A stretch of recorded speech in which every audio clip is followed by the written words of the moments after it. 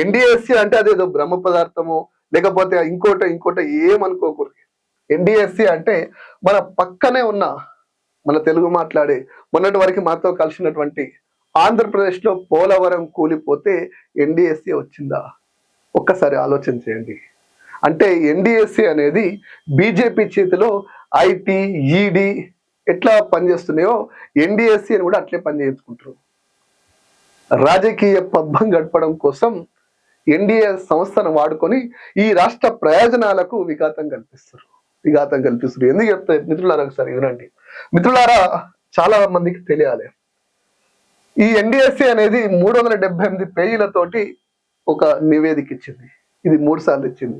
ఎలక్షన్ల ముందు బీజేపీకి ఏమైనా సాయం అవుతుంది, కాంగ్రెస్కి ఏమైనా సాయం అవుతుంది. బీజేపీ కాంగ్రెస్ దేశంలో 2 జాతీయ పార్టీలు, వేరు పార్టీలు, కానీ నా తెలంగాణకు వస్తే 2 కలిసిపోతాయి. ఎందుకంటే ఈ బీజేపీకి కాంగ్రెస్ పార్టీకి సిసలైనటువంటి పోటీ పార్టీ ఉంది కదా, అసలైన పార్టీ ఉంది కదా, ఈ జాతి కోసం కొట్లాడే పార్టీ ఉంది కదా, ఆ పార్టీని దెబ్బతీయడం కోసం, దెబ్బతీయడం కోసం కాంగ్రెస్ బీజేపీ కలిసి ఆనాడు ఒక నివేదిక ఇప్పించింది.